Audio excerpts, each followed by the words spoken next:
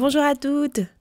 Nous sommes contentes de vous retrouver. Installez-vous confortablement. Nous allons passer ensemble un merveilleux moment. C'est sûr. Oui, c'est assuré. Alors, on y est. On a dépassé la moitié du carême. Allez, on sort les rames. Ça peut être un peu dur pour certaines, pour beaucoup d'entre nous. Mais allez, on va y arriver tout ensemble. Imaginons une scène. Vous attendez un colis avec impatience. Vous savez que le livreur doit passer avant midi. Mais voilà, vous n'y tenez plus et vous partez à 11h35 et le livreur arrivera à 11h45. Ce serait dommage, vous auriez raté ce colis tant attendu et la joie de le recevoir avec. Alors, c'est la même chose. On tient ensemble parce qu'on sait qu'il y a de grandes bénédictions à être ensemble unis devant notre Père. Alors aujourd'hui, notre sujet du jour sur la vérité, qui est dans l'évangile de Jean. Et je vais donc passer la parole à Juliette, qui va s'exprimer sur le sujet et qui va nous dire en quoi ce sujet résonne en elle. Alors ouais, c'est un sujet, c'est pas si simple de vous en parler là, ce soir, mais je crois que c'est bien. La vérité, c'est pour moi le lieu de ma conversion, en fait. J'ai été élevée par des personnes très religieuses, des sœurs en l'occurrence. Et il y avait un vrai écart entre, pas pour toutes bien sûr, mais moi en tout cas, je percevais régulièrement un vrai écart entre leurs paroles et leurs actes. Et du coup, ça m'a beaucoup blessée. Parce que je suis quelqu'un d'assez radical et du coup, je ne comprenais pas qu'elle puisse prêcher des choses, dire des choses et faire l'inverse. Et du coup, je me suis détournée de la foi pendant plusieurs années. Et puis, à l'âge de 23 ans, j'ai eu la chance, par un bon ami, qui m'a tirée par la manche pour m'emmener à un groupe de partage, d'enseignement sur la foi. J'y allais les poings serrés, les bras croisés. J'étais très en colère. On a parlé de la colère l'autre fois. Et par amitié pour lui, j'étais allée, voilà. Et en fait, quand il y a eu un temps de partage avec d'autres jeunes, et je trouvais qu'ils disaient vraiment un tas d'âneries, c'était niais, ça venait vraiment dire tous les trucs que j'aimais pas de la foi, ils ressortaient. Bref, donc j'étais encore plus en colère. Et après ce partage, on est allé rejoindre le grand groupe. Et là, le prêtre a pris la parole pour nous faire un enseignement. Et là, je me souviens assez bien de la pièce, du lieu. Et je me suis dit, ce mec parle de la vérité. Voilà. Je me suis vraiment dit ça. Et j'ai physiquement, je me souviens, mes poings se sont déliés. Je crois que je cherchais la vérité. Donc, je ne l'ai pas trouvée au sens... la vérité avec un grand V, c'est difficile de parler. Mais en tout cas, j'entendais que le prêtre, il parlait de la vérité, c'est-à-dire au sens où ça a résonné à l'intérieur de moi. Et du coup, toutes mes résistances, toutes mes blessures se sont un peu relâchées. Et j'ai pu ensuite entreprendre un chemin de conversion. Voilà. Et c'est vraiment grâce à la vérité, à le fait que je sentais qu'il parlait de la vérité. Voilà. C'est vraiment ça qui m'a transpercé le cœur. Ouais. Et qui m'a fait changer de vie aussi. Merci Juliette, mais c'est touchant ce que tu racontes puisque ton témoignage de conversion résonne avec le mien. Et pour les mêmes raisons, ado, enfin, pour d'autres raisons que les tiennes, du moins en tout cas, j'étais une ado en colère et aussi assez radicale, assez intransigeante avec mon entourage. Et j'étais donc... j'attendais beaucoup des personnes qui étaient plus âgées que moi dans la foi. J'attendais d'elles qu'elles soient arrivées à un certain point et je comprenais pas, c'est vrai, l'inadéquation entre leurs actes et ce qu'elles pouvaient dire. Et un jour, lors d'un chant, le Seigneur m'a vraiment touchée sur l'idée que ce n'était pas à moi, en fait, de leur dire leur vérité en face, que lui ferait le travail, que c'était lui qui était à la tête de l'Église et que ce n'était pas moi, que moi, mon rôle à moi, c'était d'aimer et que lui mettrait la lumière sur les choses qui devaient être arrangées, remontées, qui avaient des façons de dire les choses et que moi, n'ayant pas un caractère assez doux, en tout cas à l'époque, c'était pas à moi de les dire. Et moi, ça m'avait beaucoup touchée. Ce thème de la vérité me touche beaucoup, de ne pas confondre vérité et comment dire, et blessure. Enfin, de ne pas prendre la vérité comme prétexte pour blesser les autres.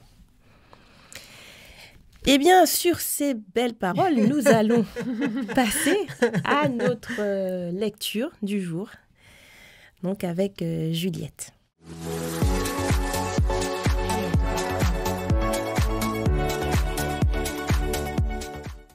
Évangile selon saint Jean. En ce temps-là, Jésus disait à Nicodème : « De même que le serpent de bronze fut élevé par Moïse dans le désert, ainsi faut-il que le Fils de l'homme soit élevé, afin qu'en lui tout homme qui croit ait la vie éternelle.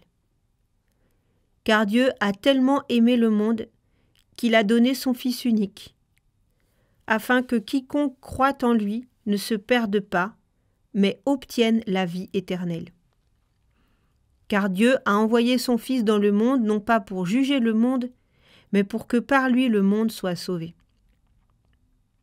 Celui qui croit en lui échappe au jugement, celui qui ne croit pas est déjà jugé, du fait qu'il n'a pas cru au nom du Fils unique de Dieu. Et le jugement le voici.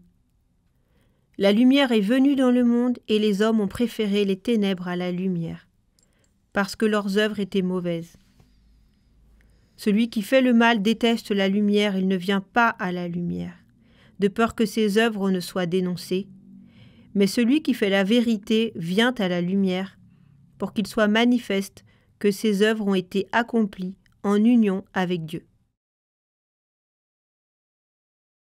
Et maintenant, nous rejoignons les studios parisiens avec Aurélie, qui est à nouveau en direct avec le Père Philippe, qui va nous décoder un petit peu cet évangile, pour le moins mystérieux.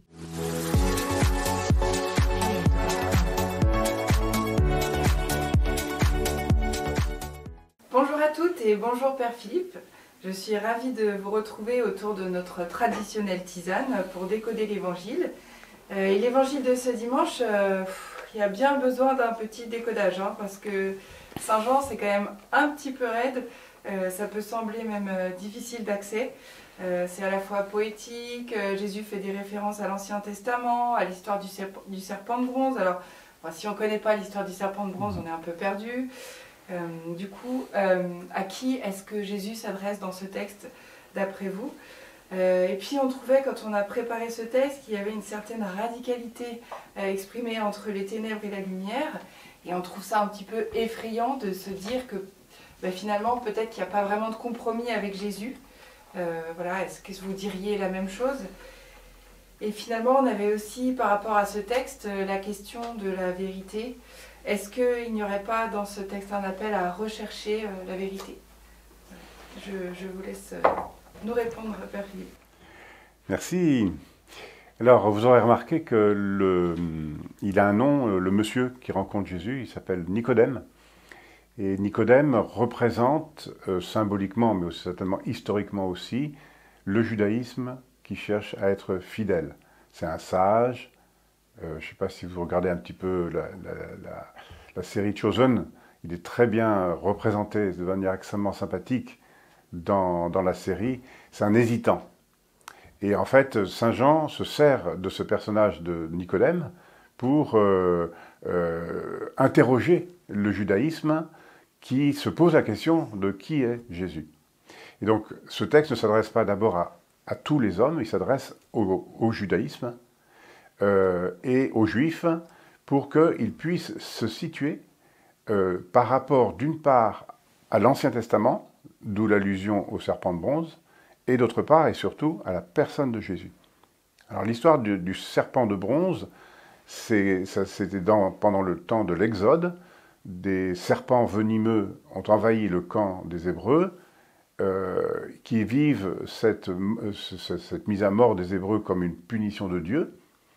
Et Moïse est invité par Dieu lui-même à construire un serpent en cuivre et en bronze, en l'élevant sur une hampe et tous ceux qui le regardent sont sauvés, c'est-à-dire ils sont sauvés, voilà, ils sont sauvés. Et donc, Jésus dit, ici, au judaïsme, tu te souviens de cet épisode, c'était pour que tu ne meurs pas, que tu regardais, ou que tes ancêtres regardaient le serpent de bronze, et c'était pour garder la vie de la terre. Eh bien, le Fils de l'homme, autrement dit, moi, Jésus, mais pas sous n'importe quel regard, il faut que tu regardes aussi dans l'Ancien Testament ce que veut dire le Fils de l'homme. Si tu le regardes lorsqu'il sera élevé, c'est-à-dire lorsqu'il sera crucifié, qui n'est évidemment pas accessible à Nicodème tant que Jésus n'est pas crucifié, encore une fois, et ressuscité, eh bien tu verras que le salut, cette fois-ci, ne concerne pas simplement le salut de ton corps, mais le salut éternel, puisque c'est l'enjeu, afin que tout homme qui croit ait la vie éternelle. Et donc, il ne faut pas penser cette opposition qui, de fait, pendant tout le discours de Jésus et l'échange entre Jésus et Nicodème est très binaire, noir, blanc, ténèbres, lumière, sauvé, perdu. Il ne faut pas le penser comme d'abord quelque chose qui nous situe dans la morale. Il y a le vrai, le faux, le bien, le mal. Mais c'est quelque chose qui doit nous situer par rapport à Jésus et à la personne du Christ. Dans le credo, on dit qu'il est lumière née de la lumière, vrai Dieu né du vrai Dieu, consubstantiel au Père. Et donc là aussi, Jésus est en train de catéchiser son propre peuple, sous la forme symbolique de Nicodème, pour lui dire, si tu veux me suivre, il ne faut pas que tu écoutes simplement mes paroles, il faut que tu acceptes ma personne. Ma personne qui est lumière née de la lumière. Et donc, on ne peut pas accéder aux paroles de Jésus, on ne peut pas mettre en pratique les paroles de Jésus sans identifier la personne de Jésus comme étant Dieu né de Dieu et en même temps homme né de Marie. Et c'est cette double réalité-là sur laquelle cet évangile se construit. Jésus est lui-même le salut des hommes parce qu'il est Dieu qui sauve, qui s'est fait homme, qui va mourir et qui va ressusciter. Et donc le jour où il sera élevé, le jour de sa résurrection, finalement, qui pour nous est la dernière page de l'Évangile, est en fait la première page qu'il faut lire pour entendre, comprendre, discerner et acter, et mettre en acte l'Évangile.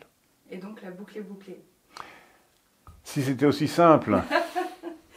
Merci beaucoup Père Philippe d'éclairer ces jalons et puis à la semaine prochaine. Merci Père Philippe, nous allons méditer cet enseignement. Merci à Aurélie également. Nous passons donc à la suite de notre émission, un partage sensible sur la façon dont cet évangile a résonné en chacune d'entre nous.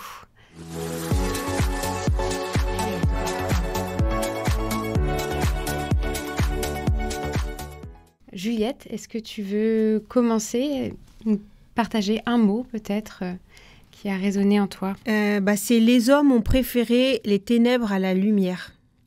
Et en fait, ce qui me touche, c'est que moi aussi, j'ai longtemps préféré les ténèbres à la lumière, d'une certaine manière. Et puis ensuite, j'ai vécu ce temps de conversion où j'ai changé mon affection pour les ténèbres en la lumière. Alors, ça ne veut pas dire que je suis devenue plus lumineuse ou que je sois mieux ou meilleure, mais en tout cas, j'ai changé mon modèle, on va dire.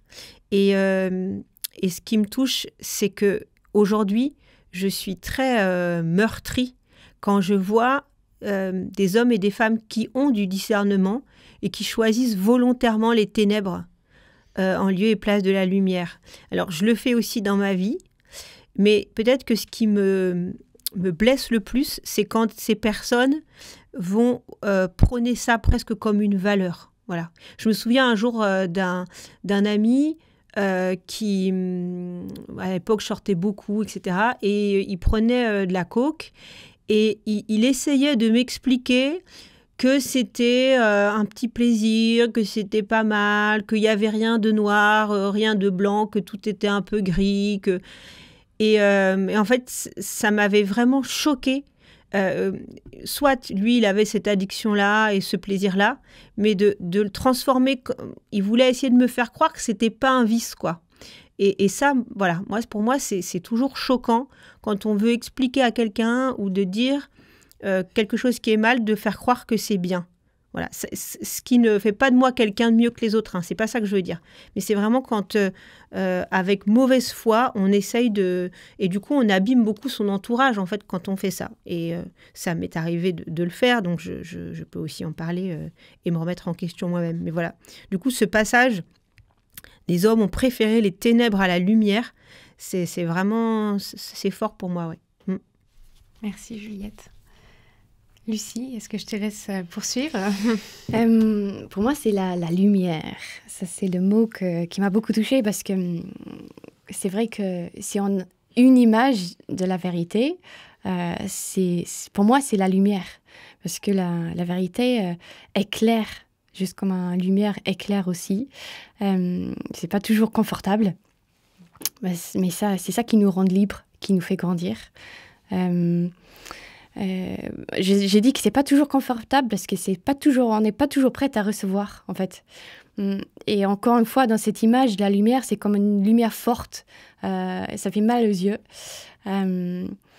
Et moi, très concrètement, dans mon travail d'artiste, peintre, je vois très bien un combat, on peut dire, entre la lumière et les ténèbres, même que dans mon domaine professionnel.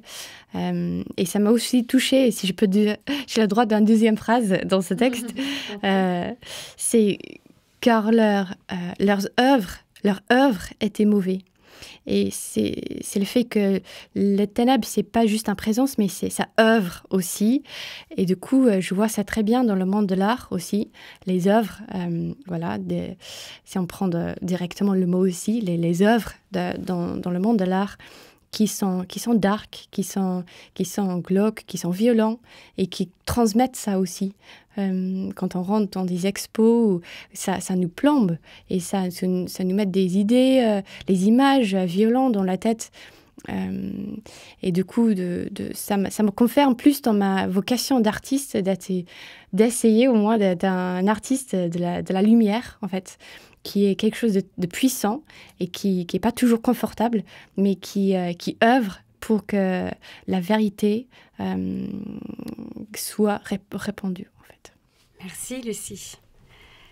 Myriam, je te laisse poursuivre. Eh bien, moi, c'est le mot unique. Enfin, son fils unique, ou si on n'a pas d'enfant, quelque chose qui nous est très précieux. Et là, Dieu, il donne son fils unique. Enfin, moi, je m'en remets pas, en fait, de ce verset. C'est l'un des versets les plus touchants pour moi dans la Bible. Parce qu'au final, je me dis, il aurait pu faire plein de choses, mais on voit la profonde vérité de ce qu'il a fait, de cette action-là, parce que donner son fils unique, c'est un acte qui parle à lui tout seul. Enfin, moi, je ne donnerais même pas un demi-ongle de mon fils unique. Donc, le donner complètement pour qu'il meure et souffre pour nous, moi, je m'en remets pas. Vraiment.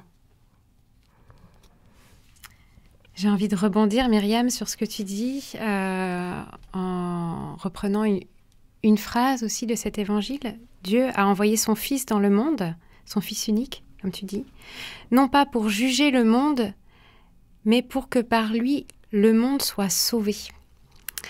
Et je suis, moi, assez bouleversée par cette présence de Dieu qui ne vient pas que pour nous donner des règles, etc., contrairement à peut-être qu'on avait l'habitude avec les prophètes dans l'Ancien Testament, mais réellement pour nous sauver. Moi, je l'entends comme recréer cette alliance avec le ciel, avec notre Père Céleste, eh bien recréer cette alliance plutôt que de nous juger. Je trouve ça très fort. Et pendant la messe, je suis toujours au moment de la paix, l'échange de la paix.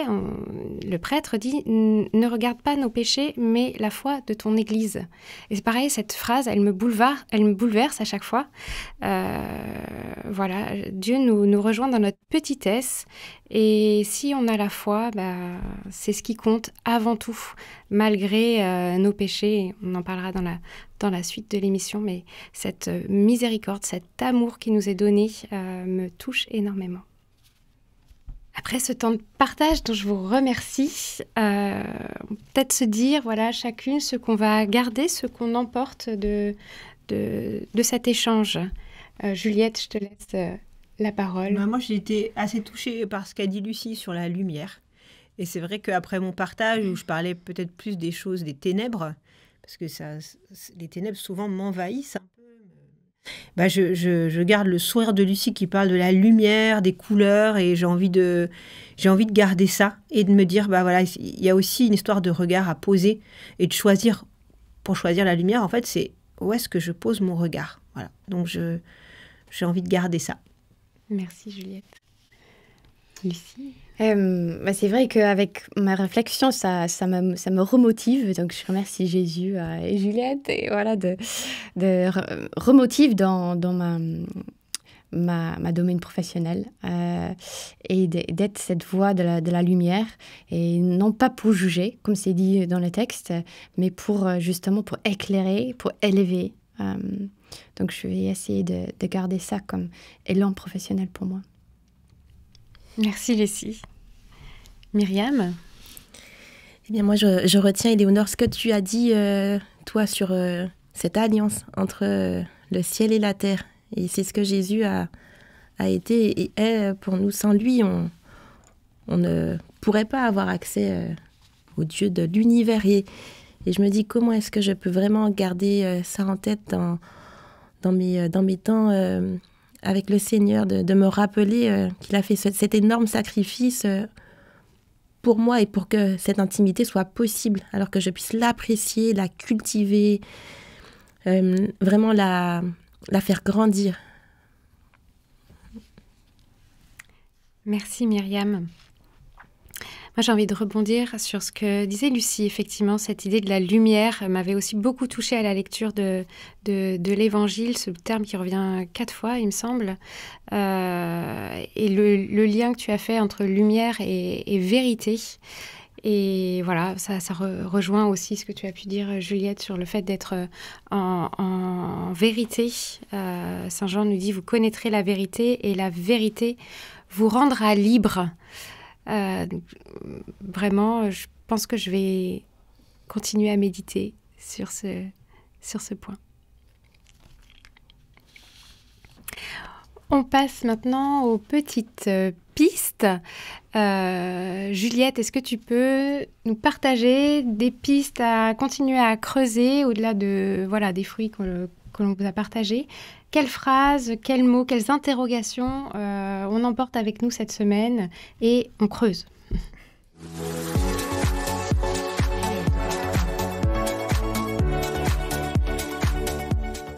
Peut-être que cette semaine, on peut vraiment réfléchir à faire la lumière dans notre vie et à aller regarder sous les tapis. Voilà, on a beaucoup parlé de l'intérieur, mais en fait, on a oublié parfois de pousser un fauteuil, de soulever le tapis, tirer l'armoire pour aller aspirer derrière. Et donc, il y a des endroits où on n'est pas en vérité, chacun.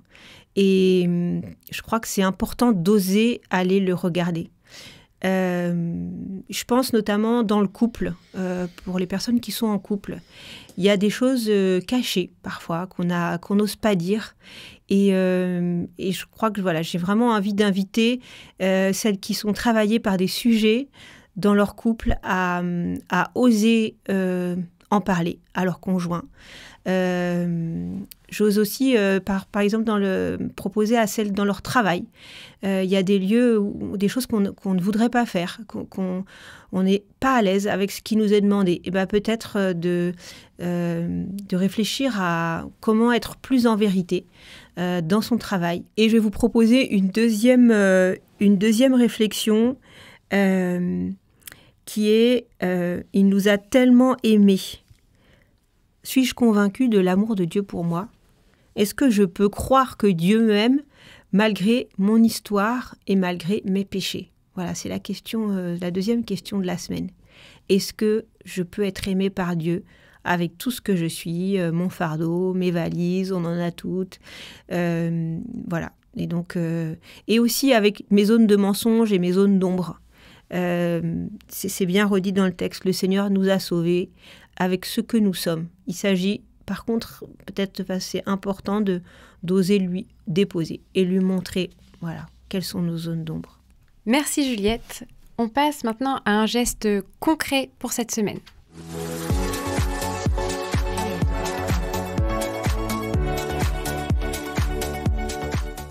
Donc, je voudrais rebondir sur ce que Juliette vient de dire, aller regarder sous les tapis.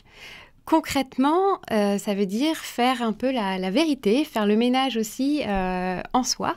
La semaine dernière, on vous a proposé de vous regarder extérieurement, votre corps, célébrer combien vous êtes une merveille, combien Dieu vous aime. Et pour cela, il nous invite aussi à parfois déposer nos fardeaux, déposer nos zones d'ombre. Donc cette semaine, le geste concret, c'est de préparer une confession. Oui, vous allez y arriver. C'est bientôt Pâques. Courage. Peut-être, commencer à lister ce qui pèse dans votre vie pour le déposer au pied du Seigneur et s'en libérer pour avancer. Myriam, est-ce que tu veux partager avec nous ce que ça signifie la confession pour les protestants ? Eh bien, à proprement parler, nous n'avons pas le pasteur ne représente pas celui vers qui on va aller pour se confesser. En revanche, les frères et sœurs, qui qu'ils soient, en général des personnes de confiance qui font partie de notre cercle de personnes proches avec qui on aura des temps de prière, eh bien, ce sont à eux qu'on va aller déposer nos joies et nos malheurs. Je pense que les protestants évangéliques se sont tant éloignés du catholicisme qu'on a un peu mis de côté cette idée de verbaliser les choses qui pèsent pour que cette verbalisation nous aide à aller mieux, à poser des mots aussi sur les mots MAUX. Et je pense qu'on peut trouver un juste milieu et trouver des personnes de confiance, même si on n'est pas catholique et qu'on n'a pas la confession, qu'on puisse trouver des personnes de confiance avec qui on peut parler, avec qui on peut prier lorsqu'on a des choses difficiles et qu'on a besoin de soutien spirituel. Merci Myriam, c'est très beau ce que tu dis. Je vais rajouter une petite chose pour les personnes qui sont catholiques et qui ne se sont jamais confessées ou qui ont un espèce de rebut, qui vraiment rejettent cette démarche.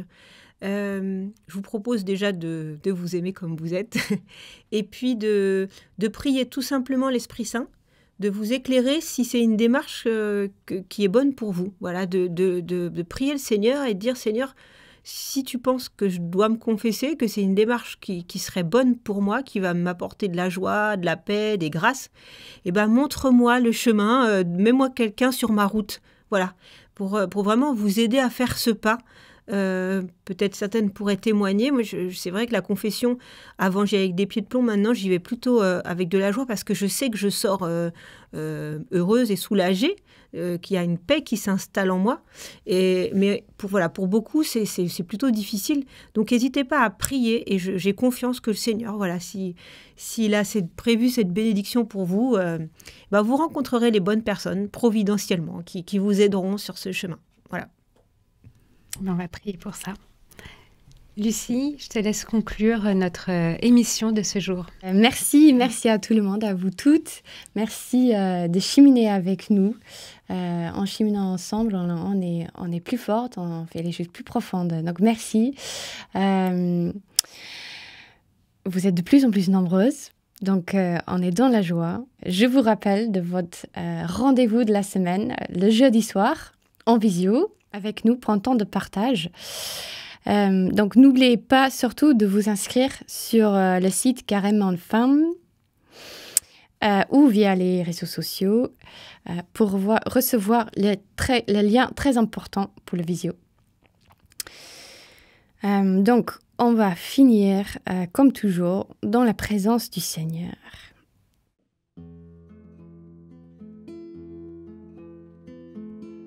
Seigneur, les yeux fixés sur toi, nous ne craignons rien.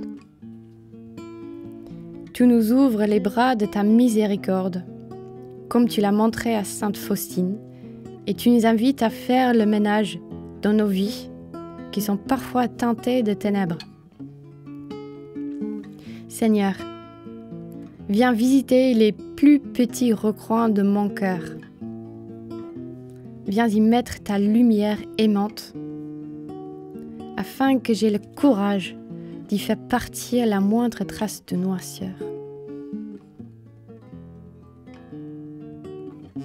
Je te confie ma semaine qui démarre, que j'y puisse y trouver du temps pour t'aimer, du temps pour t'adorer, du temps pour t'écouter et te rencontrer. Amen.